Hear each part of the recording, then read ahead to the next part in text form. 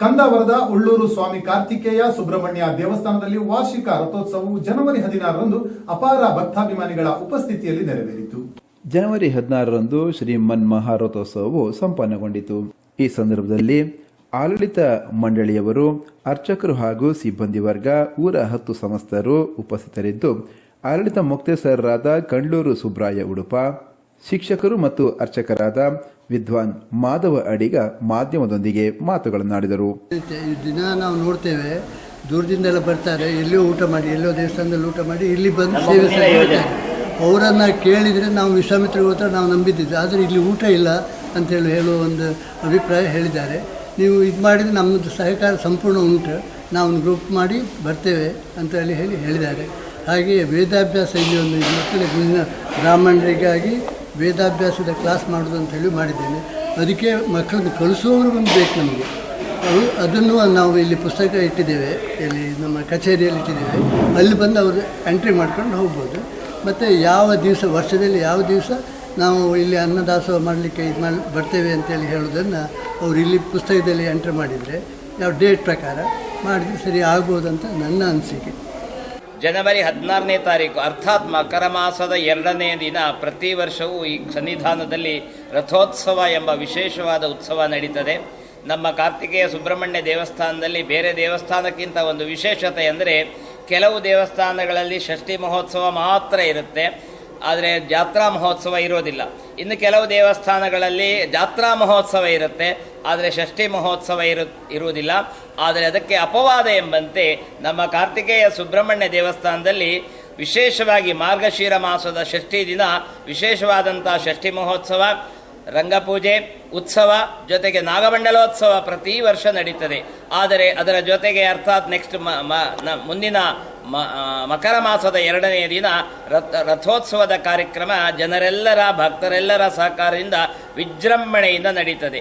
ಇದು 4 ದಿನಗಳ ನಡೆಯುವಂಥ ಉತ್ಸವ. ಆದ್ದರಿಂದ ಇದಕ್ಕೆ ಭೌತಿಕೋತ್ಸವ ಅಂತ ಕರಿತೇವೆ. 4 ದಿನ ಉತ್ಸವ, 5ನೇ ದಿನ ರಥೋತ್ಸವ, 6ನೇ ದಿನ ವಿಶೇಷವಾದಂಥ ಅವಭೃತೋತ್ಸವ, ದೇವಸ್ಥಾನವನ್ನು ಶುದ್ಧಿಗೊಳಿಸುವುದು, ದೇವರನ್ನು ಶುದ್ಧಿ ಮಾಡೋದು, ಅವಭೃತ ಸ್ನಾನ ಅಂತ ಹೇಳ್ತೇವೆ. ಇದರಲ್ಲಿ ವಿಶೇಷವಾದಂಥ ಸನ್ನಿವೇಶ ಅಂತಂದರೆ, ಒಂದು ಮಧ್ಯದಲ್ಲಿ ಮಕರ ಮಾಸ ಉತ್ತರಾಯಣ ಪುಣ್ಯಕಾಲ ಬರುತ್ತೆ. ಇದು ಒಂದು ಒಳ್ಳೆಯ ಪರ್ವಕಾಲ ಅಂತ ಹೇಳ್ತೇವೆ. ಅದರ ಜೊತೆಗೆ ಉತ್ಸವ ದಿನ ರಥದಲ್ಲಿ ಇರುವಂಥ ದೇವರನ್ನು ನೋಡಿದರೆ ರಥಸ್ಥಂ ಕೇಶವಂ ದೃಷ್ಟ್ವಾ ಪುನರ್ಜನ್ಮ ನ ವಿದ್ಯತೆ ಅಂತ ಹೇಳುವಂತೆ ನಾವು ರಥದಲ್ಲಿರುವಂಥ ದೇವರನ್ನು ನೋಡಿ ನಮಸ್ಕಾರ ಮಾಡಿದರೆ ನಮಗೆ ಮೋಕ್ಷ ಪ್ರಾಪ್ತಿಯಾಗುತ್ತೆ ಅಂತ ಶಾಸ್ತ್ರಗಳು ಹೇಳ್ತದೆ. ಅದೇ ರೀತಿಯಲ್ಲಿ ಉತ್ಸವದ ಅಥವಾ ರಥೋತ್ಸವದ ಮರುದಿನ ಬೆಳಿಗ್ಗೆ ಒಂದು ವಿಶ್ವರೂಪ ದರ್ಶನ ಅಂತ ಇರುತ್ತೆ. ಇದು ನಿಜವಾಗಿ ನಾವು ದೇವರನ್ನು ನೋಡಬೇಕಾದ ದಿನ. ಪ್ರತಿಯೊಂದು ದೇವಾಲಯದಲ್ಲಿಯೂ ರಥೋತ್ಸವದ ಮರುದಿನ ಇದು ವಿಶೇಷವಾಗ ಪ್ರಬೋಧನೋತ್ಸವ ಅಂತ ಹೇಳ್ತೇವೆ. ದೇವರು ರಾತ್ರಿ ಮಲಗಿರ್ತಾನೆ, ಬೆಳಿಗ್ಗೆ ಅವನನ್ನು ಎಬ್ಬಿಸುವಂಥದ್ದು ಇದು ಪ್ರಬೋಧನೋತ್ಸವ. ಕವಾಟ ಉದ್ಘಾಟನೆ, ಕವಾಟ ಅಂತಂದರೆ ಬಾಗಿಲು ತೆರೆಯುವುದು ಅಂತ. ಬಾಗಿಲನ್ನು ತೆರೆದು ಸೇವೆಯನ್ನು ಕೊಡುವಂಥ ದಾಸರು ಹೇಳಿದ ಹಾಗೆ ವಿಶೇಷವಾಗಿ ಬಾಗಿಲನ್ನು ತೆರೆದು ನಿಜವಾದ ದೇವರನ್ನು ನೋಡುವಂಥದ್ದು. ಹಾಗಾದರೆ ಬೇರೆ ದಿನಗಳಲ್ಲಿ ನಾವು ನಿಜವಾದ ದೇವರನ್ನು ನೋಡುವುದಿಲ್ವಾ ಅನ್ನುವ ಪ್ರಶ್ನೆ ಬರಬಹುದು. ಆದರೆ ಎಲ್ಲ ದೇವಸ್ಥಾನಗಳಲ್ಲಿಯೂ ಕೂಡ ದೇವರಿಗೆ ವಿಶೇಷವಾದ ಆಭರಣಗಳಿಂದ ಕಂಗೊಳಿಸುವಂತೆ ಮಾಡ್ತೇವೆ. ನಮ್ಮ ಭಕ್ತಿ ಶ್ರದ್ಧೆಗಳನ್ನು ಚಿನ್ನ ಬೆಳ್ಳಿಯ ಮೂಲಕ ದೇವರಿಗೆ ಸಮರ್ಪಣೆ ಮಾಡಿ ದೇವರಿಗೆಲ್ಲ ಮುಖವಾಡವನ್ನು ಹಾಕಿ ಸಂತೋಷ ನಾವು ಪಡ್ತೇವೆ. ಆದರೆ ನಮಗೆ ನಿಜವಾದ ದೇವರು ಕಾಣೋದಿಲ್ಲ, ಕೇವಲ ಮುಖವಾಡ ಮಾತ್ರ ಕಾಣುತ್ತೆ. ಹಾಗಾಗಬಾರದು. ನಿಜವಾದ ದೇವರನ್ನು ವರ್ಷದಲ್ಲಿ 1 ದಿನವಾದರೂ ನೋಡಬೇಕು ಅಂತ ಆ ವಿಶ್ವರೂಪ ದರ್ಶನ ದಿನ ಬೆಳಿಗ್ಗೆ ಕವಾಟ ಅರ್ಥಾತ್ ಬಾಗಿಲನ್ನು ತೆರೆದಾಗ ಯಾವುದೇ ಆಭರಣ ಇಲ್ಲದ ನಿಜವಾದ ಶಿಲ್ಪಿ ಯಾವ ರೀತಿ ಮಾಡಿದ್ದಾನೆ ಅದನ್ನು ನೋಡುವ ಯೋಗ ಭಾಗ್ಯ ಇಡೀ ವರ್ಷದಲ್ಲಿ 1 ದಿನ ಮಾತ್ರ ಲಭಿಸ್ತದೆ ಭಕ್ತರಿಗೆ. ಹಾಗೆ ಈ ಒಂದು ವಿಶೇಷವಾದ ಪರ್ವ ಸಂದರ್ಭದಲ್ಲಿ, ಹಬ್ಬದ ಸಂದರ್ಭದಲ್ಲಿ ದೇವಸ್ಥಾನಕ್ಕೆ ಬಂದು ಆ ಧ್ವಜದಲ್ಲಿ ಧ್ವಜಾರೋಹಣ ಆಗಿರುವುದನ್ನು ನೋಡಿದರೂ ಕೂಡ ವಿಶೇಷವಾದ ಪುಣ್ಯ. ಇನ್ನು ರಥದ ಶಿಖರವನ್ನು ನೋಡಿದರೂ ಕೂಡ ಪುಣ್ಯ. ಜೊತೆಗೆ ಇವತ್ತು ಅರ್ಥಾತ್ ಮಕರ ಮಾಸದ 2ನೇ ದಿನ ನಮ್ಮ ಈ ಒಂದು ಪರಿಸರದಲ್ಲಿ ಅರ್ಥಾತ್ 7 ರಥೋತ್ಸವಗಳಿರುತ್ತೆ. ಆ 7 ರಥದಲ್ಲಿರುವಂಥ ದೇವರನ್ನು ನೋಡಿದರೆ ನಿಜವಾದ ಪುಣ್ಯ ಸಿಗುತ್ತೆ ಅಂತ ಹೇಳ್ತಾರೆ. ಆದರೆ ಅದು ಕಷ್ಟ ಸಾಧ್ಯ. ಯಾಕೆಂದರೆ ಎಲ್ಲ ಕಡೆ ಒಂದೇ ಸಮಯದಲ್ಲಿ ರಥೋತ್ಸವ ರಥಾರೋಹಣ ಆಗುತ್ತೆ. ಆದರೂ ಕೂಡ ರಥದ ಶಿಖರವನ್ನಾದರೂ ಆ ದಿನ ನೋಡಿದರೆ ಸಾಕು, ಅದು ವಿಶೇಷವಾದ ಪುಣ್ಯ ಸಿಗುತ್ತೆ ಅಂತ. ಇದೇ ನಮ್ಮ ಪರಿಸರದಲ್ಲಿ ಹತ್ತಿರದಲ್ಲಿ 4 ಕ್ಷೇತ್ರಗಳಿದೆ. ಒಂದನೇದು ಕ್ರೋಡ ಶಂಕರನಾರಾಯಣ ಆದರೆ, ಎರಡನೇದು ಉಳ್ಳೂರು ಕಂದಾವರ, ಮೂರನೇದು ವಿಶೇಷವಾದಂಥ ಸನ್ನಿಧಾನ ಹರಿಹರ ಕ್ಷೇತ್ರ ಕುಂಭಾಶಿ ಅಥವಾ ಕುಂಭಕಾಶಿ ಅಂತ ಹೇಳ್ತೇವೆ, ಇನ್ನೊಂದು ಸಾಲಿಗ್ರಾಮ. ಈ 4 ಕ್ಷೇತ್ರಗಳು ನಮಗೆ ಹತ್ತಿರ ಪರಿಸರದಲ್ಲಿದೆ. ಇದು ಖಂಡಿತ ಇವತ್ತಿನ ದಿನದಲ್ಲಿ ವಾಹನ ಸೌಕರ್ಯ ಇರುವುದರಿಂದ ಎಲ್ಲವನ್ನ ನೋಡಲಿಕ್ಕೆ ಸಾಧ್ಯ ಇದೆ.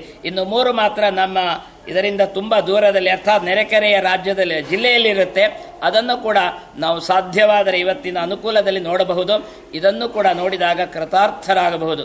ಇನ್ನು ನಮ್ಮ ಸನ್ನಿಧಾನದ ಬಗ್ಗೆ, ಉಳ್ಳೂರು ಕಾರ್ತಿಕೇಯ ಸುಬ್ರಹ್ಮಣ್ಯ ದೇವಸ್ಥಾನದ ಬಗ್ಗೆ ಹೇಳೋದಿದ್ದರೆ, ಪ್ರತಿ ವರ್ಷ ನಾವು ಹೇಳ್ತಾ ಇದ್ದೀವಿ, ವಿಶೇಷವಾಗಿ ವರ್ಷದಿಂದ ವರ್ಷಕ್ಕೆ ವಿಜೃಂಭಣೆಯಿಂದ ಇಲ್ಲಿ ಭಕ್ತರ ಸಹಕಾರದಿಂದ ಅಭಿವೃದ್ಧಿ ಕಾರ್ಯಗಳಾಗ್ತದೆ.